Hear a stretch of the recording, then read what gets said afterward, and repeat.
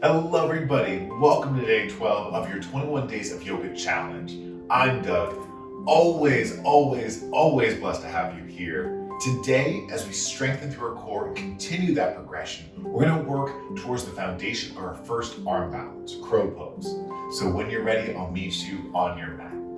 In this session, we'll start off in a seated pose, so feel free to find any variation. The soles of your feet can come together, knees out wide. If it feels a little bit more comfortable, feel free to cross your legs in any other manner. But wiggle and shift your hips, find that foundation. Nice little squeeze of your shoulders as you draw them up by your earlobes. Full compression, lovely. And on your exhale, relax your shoulders down your back. Let your eyes close. Heavy yet light, just like your shoulders falling on your back. Discover your foundation as you wrap your belly button around your spine. And we're just here. 3 breaths, finding your inhales. Allowing for that body of yours to strengthen, to focus, to grow. Last 2.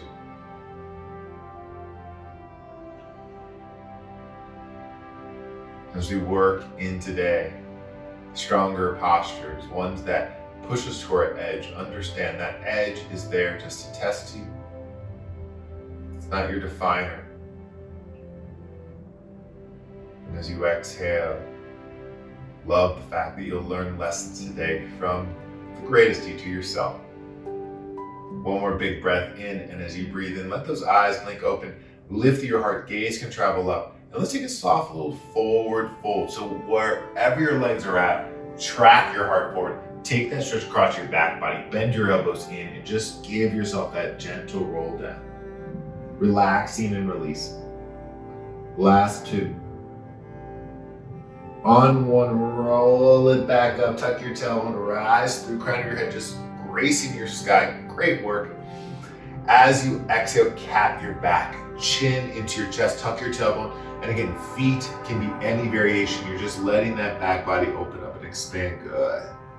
We'll all breathe in and cross our legs. Find that gentle leg, whatever fashion feels nice. If you'd like to, and you were in that cross-legged fashion previously, switch your legs out. That'll kind of refresh, give you a new sensation. We're going to spend a little bit of time because we're going to work into grounding through our chest, our biceps, our triceps, our elbows, forearms, and hands. So let's warm up those fingertips, we'll warm up those wrists first. So start off little circles with your hands. You create little fists where your fingertips are just gently touching each other. And we're just going to roll it out here in opposite directions. You can go as many times. There's not a right or a wrong. Just kind of creating a little bit of stretch for 2. Last 1. Good. Now we're going to intertwine our fingertips. And once we create those 2 fists and they become 1, roll it out. And this one you might feel some creaks, some pops, and that's okay. We're just lubricating the wrist joints. And these are different fashions. This is a really great way to kind of get into those spaces and cultivate that space between your wrist bones and your arms, your hands. Take 1 more breath in. And on your exhale, extend those hands out. Fingertips point down. Right hand travels over to the top of your left and just apply a little bit of pressure there. Open up the back of that wrist, really getting that deep stretch. We so often flex our fingertips, dorsal flex into that wrist. This time we're taking that reverse. We're articulating across the back. Last 2. On 1, just to counterbalance for a second, take a nice little stretch. And as you press through the heel of your palm, feel that stretch all the way through the back of your wrist, through that underarm, that under forearm. Last 1. Carefully switch it out and over. Point your right fingertips down, grab it with your left hand, take that stretch. Maybe a soft bend in your right elbow will melt away any tension that rides along that tricep, that outer shoulder. We're here for just 2. Good work. On 1. Carefully float your fingertips up, take that stretch across the inside of your wrist. Again, just to counterbalance, take some of that strain away. Last 1. And now, whenever you're ready, give yourself a nice little big stretch. We're gonna reach those fingertips out, bend the elbows, cactus your arms. As you exhale, squeeze in, and right where your elbows match the power of your shoulders, so you can really feel your arms becoming that 90 degree and they're equal distance apart, press in and just feel that squeeze. So as we're pressing in here, the power from our palms, our inner wrists, our forearms, our elbows, our inner biceps, triceps, along our pectoral chain, through our upper back is all working together. Notice how you have to amplify that connection to your core. We're just gonna hold here for 3. Good. 2. On 1, inhale, slowly stretch those elbows out. And as you find that stretch, give your shoulders a nice little squeeze. Fantastic. For 3. For 2. Last time on 1 as you exhale, compress your elbows. And again, you want them to be shoulder width distance apart. Find that alignment, fingertips reaching toward the sky, elbows traveling down for 3. For 2. Good. On 1, exhale, release your arms, hands to your knees, roll out your shoulders, roll out your neck. So we're gonna find our tabletop. We're gonna work right away into a nice strong core connection. So fingertips down to your earth, knees stacking up and underneath your hips, I should say. Goodness gracious. And bend those elbows, take a little bit of articulation across your spine, cat-cow, draw some circles, whatever really calls to you in this moment. And as you're finding that articulation, you're finding that examination, stretch into those spaces of sensitivity, but also understand how you're using the muscles around that area of your body to conduct this movement. So feel that connection, feel that amplification of your movement through your core. Last 2. Great. On 1. Tabletop position. Press down into your palms. Carefully, hands aren't going to change. Slowly rotate those biceps ears forward. Notice how you have to bend your elbows slightly. Squeeze your inner triceps right into that side. And now press into your mat through your chest. So it's not emanating from your hands. It's as if you're pressing down like a bench press. And now find that strength. Beautiful. Carefully tuck your toes. And now you can stay here. Knit your lower ribs in. Strengthen through your Uddiyana lock. If you want to go a little bit further, float those knees off your mat. Heels press back, tailbone presses back. We're here for 5. Keep squeezing the elbows together, rotating with your biceps. That's going to keep your heart open, yet contained with strength. Last 2. Final 1. Release your knees down. Untuck those toes. Take a second. Sway it out. Wiggle it out. Good. So as you're squeezing through those shoulders, as you're compressing and activating through your lower back and your hips, your body, your midpoint is really holding and knitting all of that together. As we work into our crow pose, our bakasana, we're gonna focus on that connection. So slowly tuck your toes, big breath in whenever you're ready, downward facing dog, Adho Mukha Svanasana. Inhale, take a nice little length across your chest, look up. Exhale, relax your heart even closer towards your heels, chin into your chest, crown of your head reaching towards your sky. Inhale, lift your right leg high, flex your toes. Exhale, step your right leg through low lunge. As you find this low lunge, we're gonna gently toe heel our right foot out. About 3 to 4, maybe 5 to 6 inches into a runner's lunge. Right hand will replace your right foot, and then gently melt your left knee down, untuck your left toes. Take this runner lunge stretch. We'll release our right knee over towards our right wall. Maybe roll onto the knife edge of your right foot. Maybe you don't. We're just feeling that stretch across that inner right thigh, through that hip, down into that outer glute. We're just creating a little bit of stretch across our trunk, across our mid-plane. Last 3. Great. 2. On 1, softly walk your right foot back in. Low lunge, your left knee grounded. Tuck your left toes, inhale. Lift that left knee, rise up into your crescent lunge. Nice big stretch. Good. As you're finding that foundation, take a moment. Hands come to heart center or hands come to hips. Take a breath in. Lift up, bend your left knee. Draw your tailbone closer to your earth. Stay here for 1 more exhale. Strengthen 3. Last big breath in. Drop your right knee a little bit deeper forward. Exhale, kick into your left heel, hinge forward, lightning pose. And we're just gonna be here for a count of 3. So we're connecting from our hips to our shoulders. We're noticing that long connective chain across our spine, but also from our shoulder heads to our hip heads. Take 1 more big breath in. Power pressing into the ground and floating back up through our frame. Last exhale. We're gonna grip with our right foot, step our left foot forward, inhale into your mountain pose. Good. As you exhale, forward fold. Take yourself down. Bend your knees, slowly release. And as you release down, option here to bring blocks or anything that will allow the earth to lift a little bit closer to you, get you a little bit closer to the earth.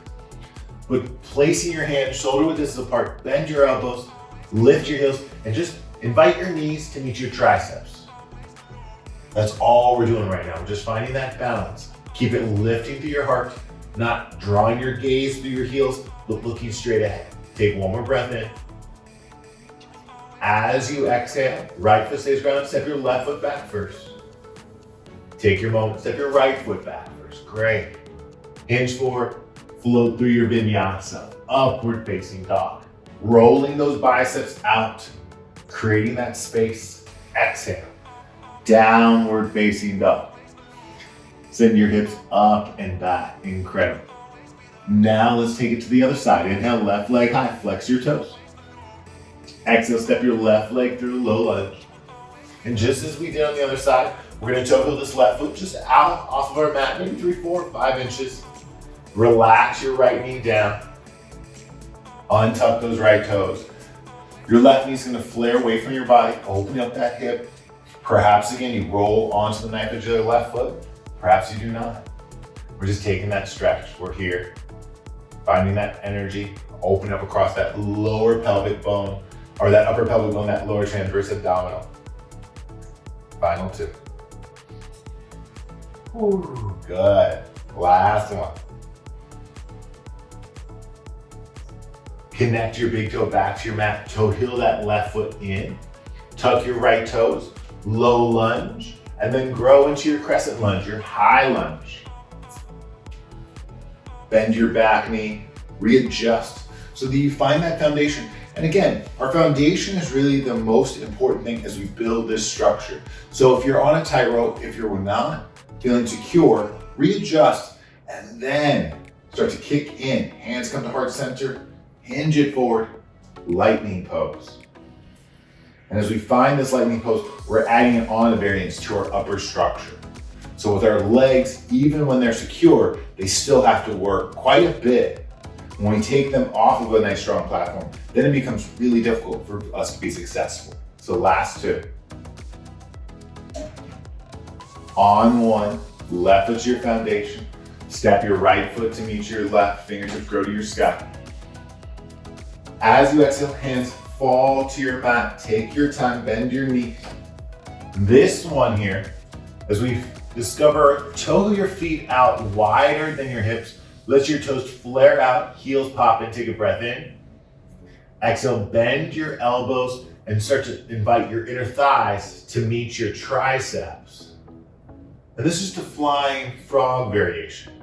So both of these will be available to us. On this flying frog one, squeeze gently into those inner triceps. And now press those triceps of yours completely into your inner thighs. Last 2. Left foot's gonna stay grounded on 1. Step your right foot back first, then your left. Move through your vinyasa flow. Upward facing dog. Exhale, downward facing dog. Big full breath in. Exhale, carefully let your eyes travel to the top of your mat. Tiptoe your feet to meet your wrists. When we get to the very top of your mat, feet are gonna stay hip width distance apart. If you want to, walk them out a little bit further. Toes out, heels in. Big breath in, lift up. Exhale, carefully bend your knees. You can travel all the way down and take a seated pose, or maybe find yourself in this frog squat. So the frog squat is heels are, for the most part, grounded on your mat. Your toes are flared out. You're finding a resting point in your hips. If this is a little tight, but you're so close, go ahead and grab yourself a block. You can slide it underneath your sit bones. For the rest of this session, for the next roughly about 5 to 6 minutes, we're gonna work into a few different variations of our inversions and our arm balances. I'm gonna show you the first one, flying frog. So here, we have our knees, our legs out wide. Our inner thighs and our outer triceps are merging together. As you float your hands down to your mat, you wanna, again, give yourself that space. So your fingertips are nice and wide. Your hands are shoulder width distance apart. a lot of times we end up walking our hands in quite narrow. Give yourself more room than you expect. Even if you're a little wider, that's okay to begin with. Carefully bend your elbows. As you bend your elbows, you're gonna hinge forward. That's just the anatomy of the body. Your heels will lift. Your heart's gonna open towards the ground, but you wanna keep extending your gaze forward so that there's this nice dual polarity traveling from your heart and from your tail. Take one more breath in. Weight shifting into your hands, and as you exhale, let more weight shift into your hands and your feet. And this can just be the point where you're holding on. You're finding that strength. Squeeze those inner thighs, and that'll give you even more support. You might even feel your hips lift. We're gonna be here for another 4. Perhaps you're finding that squeeze so much. 3, your heart travels forward, your toes detach, and you discover your flying frog. 2, your hips are stacking over your elbows, over your wrists. Last 1. And then carefully bring those feet back down to your mat, wherever you're at. Gentle. Forward fold. If you are seated right now, you're just kind of testing this out. Go ahead and just give yourself a moment of stretch. Bringing out the spine, releasing, letting it all go. Woo. One more big breath in. Big breath out. As you exhale, melt back into that frog squat. Lower it down. Great. So you could feel the transition as your weight shifted forward. No matter if your toes lifted or not, more weight is generating forward. Flying frog gives us the largest base, specifically in our legs, for us to grow. So that felt most foundational and most achievable. Continue to go with that. I'm going to show you crow, and then one thing that might solve the problems quite a bit for everyone. So for crow, instead of the feet being wider than the hips, they're actually tucked in hip width distance apart. And your knees are going to travel to the back of your triceps instead of your inner thighs finding those triceps.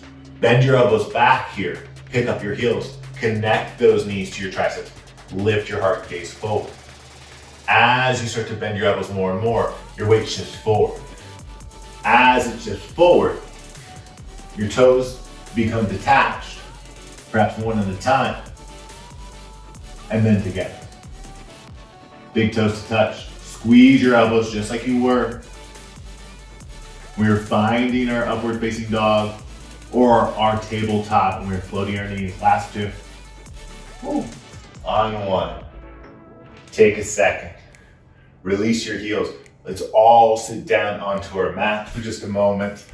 Roll out those wrists. Beautiful job. Fantastic work. Give yourself just one more second. Big breath in.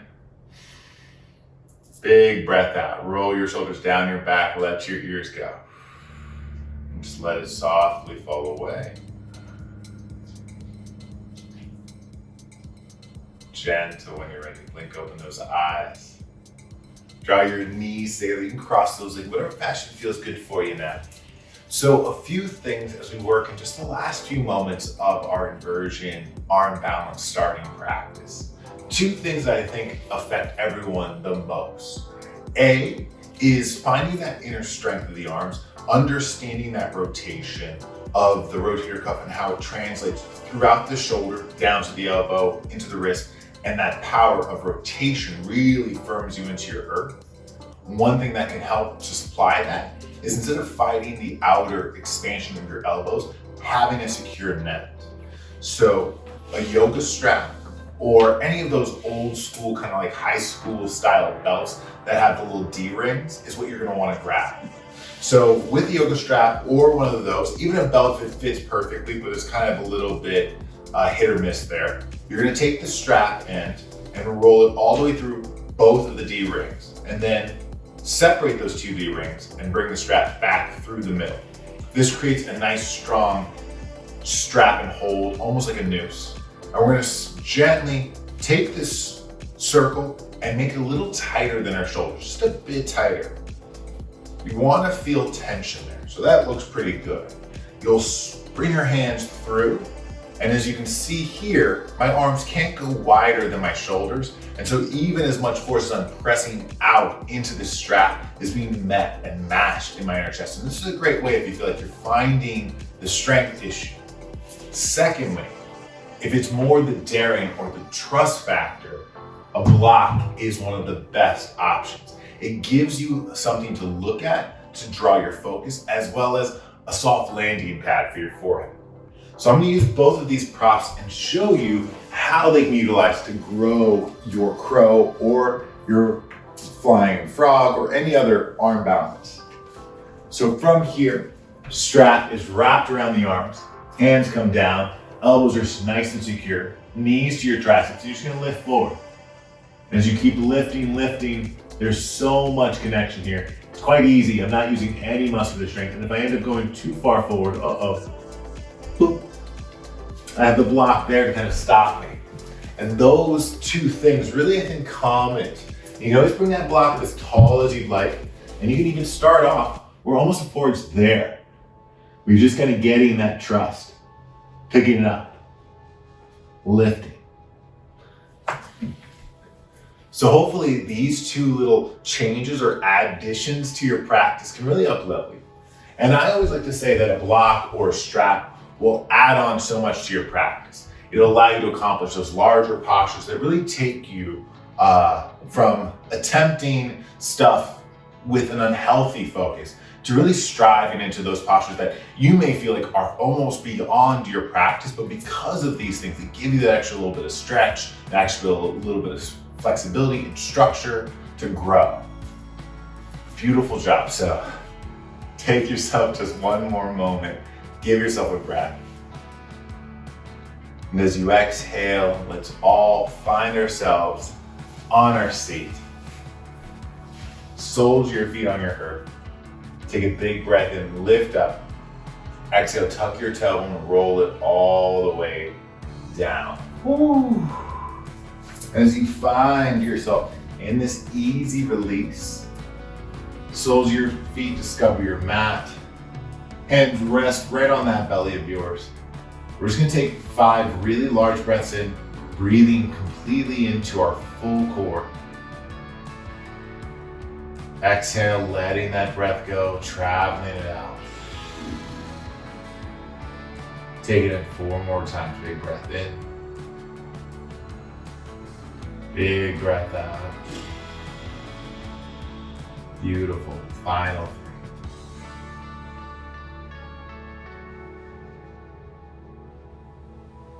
3. 2. Last one.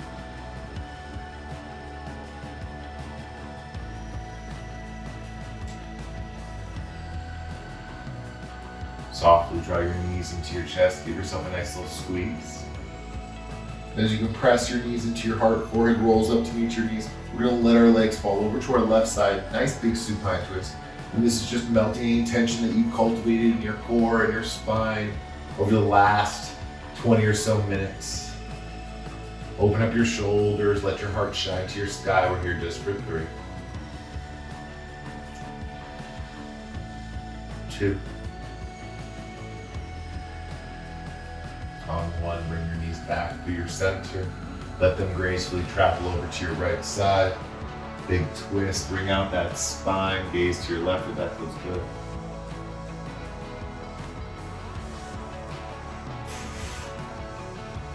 I'm here for just 3 more.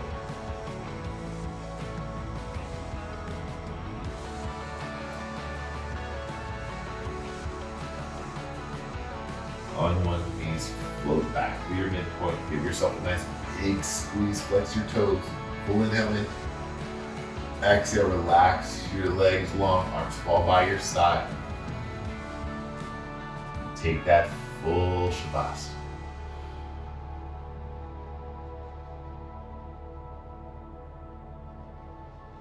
We'll be here for just a few. Breathing, relaxing, letting all that power and strength and electricity that we are building up, let it dissipate just a bit. Let it relax and release.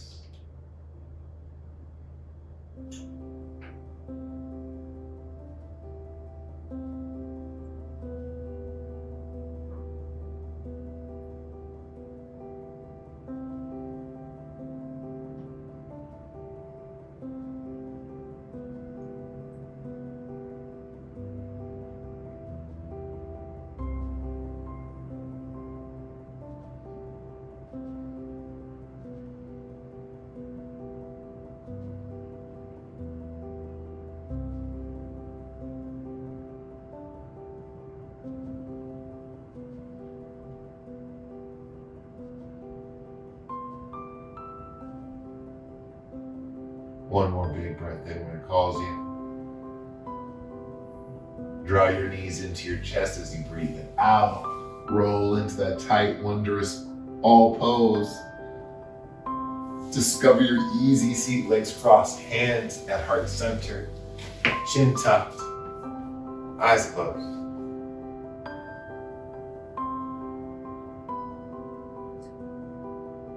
Tackling things that are new or unique. Taking on practices and habits that test not only your physical body, but your mental fortitude, your breath, your willingness to be present in the moment. It's one of the wonders of our practice. It's one of the wonders of the experience of being a human being is when we are able to find safe surroundings to test ourselves, to see what might cause the wires to fray. And yet to be still here. On your next inhale, draw your hands from your heart to your third eye, your seat of intuition. Exhale, bow yourself forward. Namaste.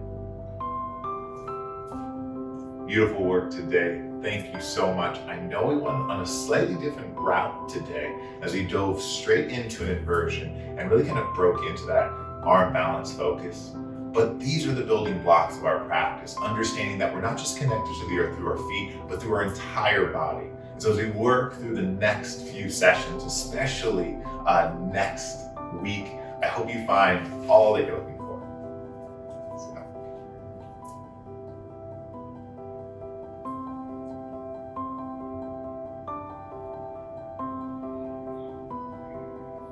Wonderful work, fantastic job. I know this session was a little different than all the others we've done. We focused a little bit more on inversions and practicing and playing with drills than we did flow or dynamics.